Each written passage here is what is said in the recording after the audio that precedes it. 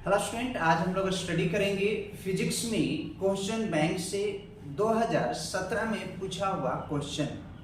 हम लोग पिछले लेक्चर में स्टडी किए थे 2018 में पूछा हुआ क्वेश्चन, तो आज हम लोग 2017 में जो क्वेश्चन पूछा है उसके बारे में स्टडी करेंगे। तो हम लोग देखते हैं, फिजिक्स है ऑब्जेक्टिव, हम लोग किसमें स्टडी कर रहे हैं? फिजिक्स में 2017 में बिहार बोर्ड में पूछा हुआ क्वेश्चन। कहता है पहला क्वेश्चन, किसी आवेशित खोखले गोलाकार चालक के भीतर विद्युतीय तीव्रता का मान क्या होता है?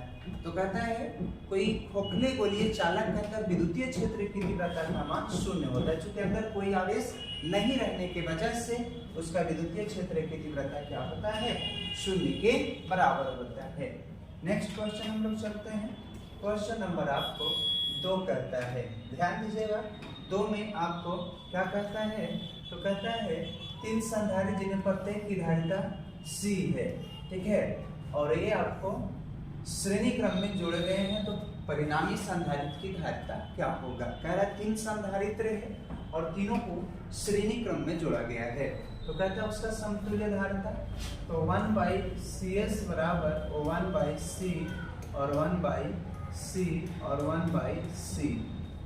1/CS बराबर 3/C। तो CS का अगर वैल्यू निकालोगे तो कितना हो जाएगा? C/3 होगा। यानी कहने का मतलब C जो है से बिल्कुल करेक्ट उत्तर है। अब नेक्स्ट क्वेश्चन थर्ड में चलते हैं कि क्वेश्चन नंबर 3, 2 सेलों को जिनके विद्युत वाहक बल E1 और E2 है, आंतरिक प्रतिरोध R1 R2 है और समांतर क्रम में संयोजित किया जाता है, तो उसका समतुल्य विद्युत वाहक बल क्या होगा?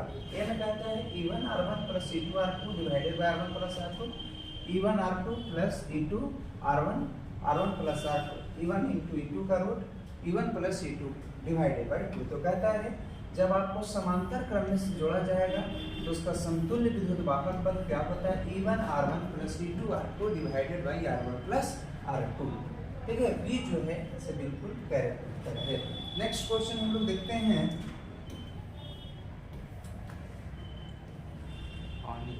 Question number 4। क्वेश्चन नंबर आपको 4 में क्या कहता है? ध्यान दीजिएगा। क्वेश्चन नंबर 4 में आपको कहता है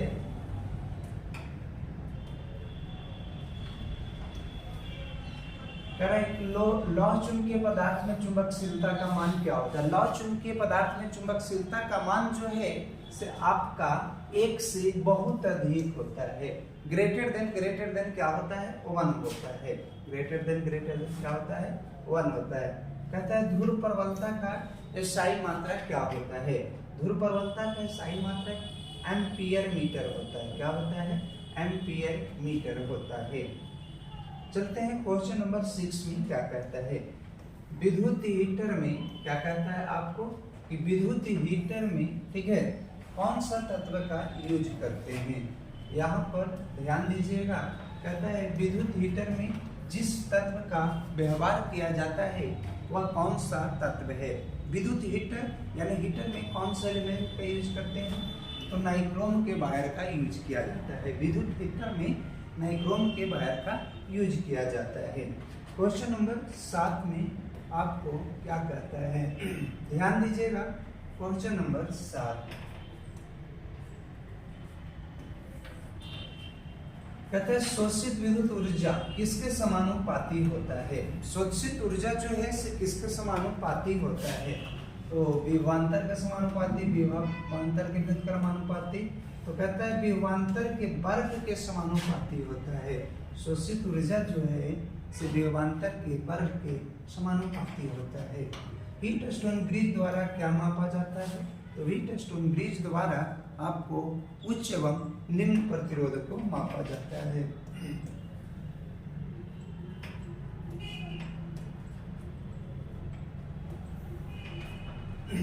हीट स्टोन ब्रिज से क्या मापा जाता है? तो उच्च एवं निम्न प्रतिरोध मापा जाता है। क्वेश्चन नंबर 9 में क्या कहता है? क्वेश्चन नंबर 9 में आपको कहता है, ध्यान दीजिएगा, एक विद्युत धारा समीकरण आपको दिया हुआ है I बराबर I0, ठीक है। ध्यान देने वाली बात है, क्या दिया हुआ है? तो कोई आपको विद्युत परिपथ वो आपको दिया हुआ है, ठीक है। क्या विद्युत परिपथ का समीकरण दिया हुआ है? देखिए आई बराबर आई नॉट साइन ओमेगा टी होता है। ओमेगा का वैल्यू कितना है, तो एफ बराबर होता है ओमेगा बाई 2 पाई। ठीक है, तो 100 पाई को 2 पाई से भागा दीजिएगा, 50 दूनी कितना हो जाएगा 100 होगा। प्रतिघात का SI मात्रा क्या होता है, एक प्रकार का प्रतिरोध के समान होता है प्रतिघात, इसलिए इसका ओम मात्रक होता है। जो प्रतिरोध का मात्रक होगा, ठीक है, वो किसका मात्रक होगा, प्रतिघात का भी मात्रक होगा। चलिए, प्रतिघात का मात्रक ओम होता है।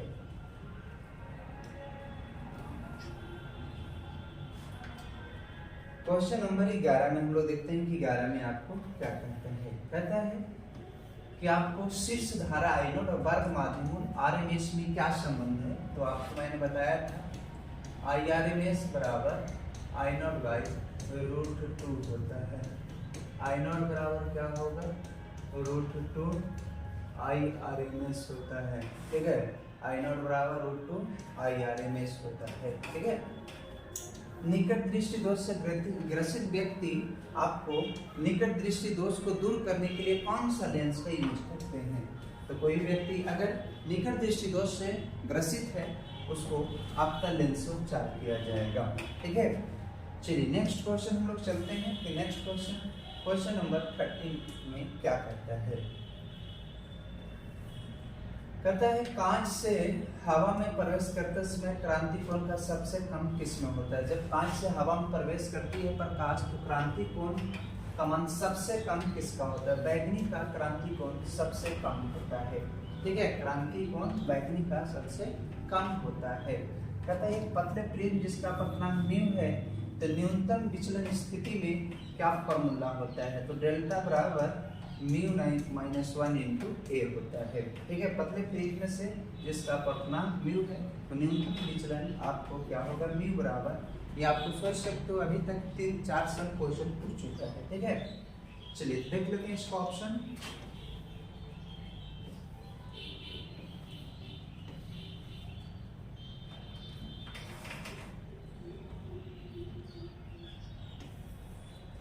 कहता है यहाँ पर क्या हो जाएगा, μ-1 होता है। डेल्टा बराबर मैंने बताया μ- क्या होता है, 1 होता है। ठीक है,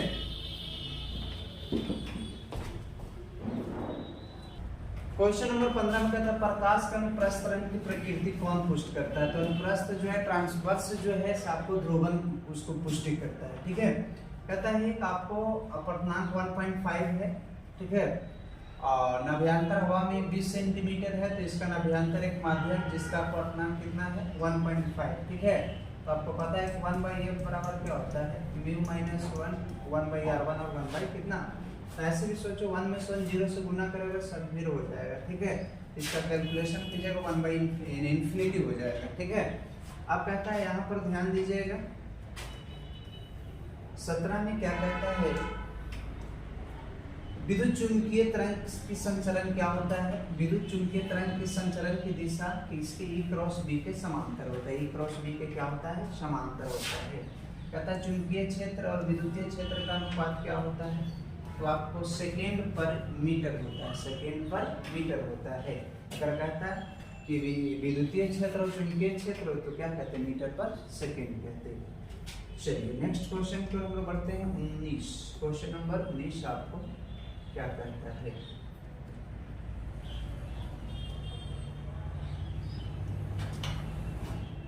उत्सर्जित फोटो इलेक्ट्रॉन की ऊर्जा निर्भर करता है प्रकाश की तरफ तीव्रता पर, प्रकाश के तरंग दैर्ध्य पर या धातु के कार्यक्रम पर, इनमें से कोई नहीं। प्रकाश की तीव्रता पर आपको फोटो इलेक्ट्रॉन की ऊर्जा निर्भर करती है। नेक्स्ट क्वेश्चन, निम्नलिखित में से कौन आवेश रहित कण है। क्वेश्चन नंबर 20 में आपको क्या कहता है कि निम्नलिखित में से कौन आवेश रहित कण है। थोड़ा यहाँ ध्यान दीजिएगा, क्या कहता है, निम्नलिखित में से कौन आवेश रहित कण है। अल्फा, बीटा, प्रोटॉन, यहाँ प्रोटॉन है, गलती से लिखा गया है प्रोटॉन। ठीक है, प्रोटॉन की बात किया जाता है, तो कौन आवेश रहित कण है। प्रोटॉन पर कोई आवेश नहीं होता है, ये चार्जलेस है। कहता है हाइड्रोजन स्पेक्ट्रम में कौन सी भाग अवरक्त में नहीं आती है। ठीक है, लाइमन जो है आपको प्रावैग्निक भाग में आती है, बाकी सब जो है से आपको अपरक्त भाग में आता है, इसलिए कह रहा है कौन नहीं है, तो लाइमन लाइमन जो है से आपको परावैगी भाग में आता है, और वामन जो है से दृश्य, और बाकी जो जितना भी है ऐसे इसके तो आपको अवरक्त भाग में पड़ती है। क्वेश्चन नंबर 22 में आपको क्या कहता है, ध्यान दीजिएगा। 22 में आपको कहता है हाइड्रोजन परमाणु की प्रथम बोर कक्षा में इलेक्ट्रॉन की ऊर्जा इतना है, ठीक है। En बराबर आपको होता है -13.6, ठीक है, डिवाइडेड बाई n²। तो कहता है इसकी दूसरी कक्षा में ऊर्जा क्या होगा, तो n के यहाँ पर कितना लेंगे 2, यानी -13.6 और 2 का स्क्वायर कीजिएगा, ठीक है 4, 13.6 बाई कितना 4, भाग दीजिएगा -3.4 इलेक्ट्रॉन वोल्ट। देखिए एक करेक्ट उत्तर। अगर ये तीसरा कक्षा का था तो इनके यहाँ पर 3 ले लेते हैं। जितने समय में किसी रेडियोएक्टिव पदार्थ की राशि अपने प्रारंभिक से आधी हो जाती है उसे अर्धायु कहते हैं, उसे हाफ लाइफ कहते हैं। जितने समय में किसी रेडियोएक्टिव पदार्थ की अमाउंट जो है आधा हो जाता है प्रारंभिक, तो उसको अर्धायु कहते हैं। कहता है नेक्स्ट क्वेश्चन कि बीटा किरणें विक्षेपित होती है, बीटा किरणें किसमें विक्षेपित होती है, तो कहता है विद्युतीय और चुंबकीय क्षेत्र दोनों में विक्षेपित होता है। बीटा किरणें विद्युतीय क्षेत्र और चुंबकीय क्षेत्र दोनों में विक्षेपित होती है, ठीक है। बीटा किरणें किसमें विक्षेपित होता है, तो चुंबकीय और विद्युतीय दोनों में विक्षेपित होता है। नेक्स्ट क्वेश्चन हम लोग देखते हैं 25। एन टाइप जर्मेनियम प्राप्त करने के लिए मिलाया गया द्रव होना चाहिए, ठीक है। एन टाइप की बात किया जा रहा है तो एन में क्या होता है, ट्राइवेलेंट होता है, संयोजक होता है, चतुर्थ संयोजक होता है या पंच संयोजक होता है, इनमें से कोई नहीं। एन टाइप सेमीकंडक्टर में आपको बताना है क्या होता है, तो एन टाइप में पेंटावैलेंट होता है, पी में ट्राइवैलेंट होता है, ठीक है, यानी पंच संयोजक होता है। डायोड का उपयोग करते समय किसका यूज किया जाता है, तो रेक्टिफायर, जितना भी डिजिटल आपको सर्किट है वहाँ पर डायोड का यूज करते हैं, रेक्टिफायर में इसका यूज करते हैं। नाइंड गेट आगे कहता है 27 क्वेश्चन नंबर, नाइंड गेट, ठीक है। नाइंड गेट का बुलियन व्यंजक क्या होता है, तो आपको एंड में इनटू होता है, अब नाइंड कह रहा है तो उस पर नॉट लगा दीजिए, क्या हो जाएगा, तो आपको नाइंड गेट, ठीक है, आपको ए डॉट बी बराबर ओ वाई होता है, ठीक है। यहाँ पर ध्यान दीजिएगा, इसमें क्या लगा दीजिए नॉट, तो क्या हो जाएगा 9, एक बिल्कुल करेक्ट। पृथ्वी के किस स्थान पर टीवी पर प्रेषण टावर की ऊंचाई 245 से जितनी ऊर्जा तक टावर का प्रसारण पहुंचेगा वह क्या होगा 56 मीटर होगा। कैसे, तो डी बराबर फॉर्मूला होता है 2RH, ठीक है। आर का वैल्यू आपको 6400 किलोमीटर, ठीक है। इसको मीटर में कन्वर्ट कीजिएगा तो 1000 से गुणा करेंगे, ठीक है। यानी कहने का मतलब यहाँ पर वैल्यू रख दीजिए, और एच का वैल्यू आपको दिया हुआ है 245, एच का वैल्यू 245। जब इसको सोल्व कीजिएगा तो आपको आएगा 56 किलोमीटर, ठीक है, 56 किलोमीटर। सी जो है तो बिल्कुल करेक्ट है, ठीक है।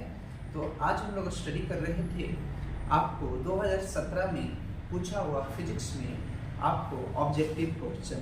तो नेक्स्ट लेक्चर में हम लोग स्टडी करेंगे आपको 2016 में पूछा हुआ फिजिक्स में बिहार बोर्ड में पूछा हुआ ऑब्जेक्टिव क्वेश्चन, ठीक है। तो प्रतिदिन आप लोग लाइव क्लास करना नहीं भूलें 6:30 बजे से। Thanks watching this video.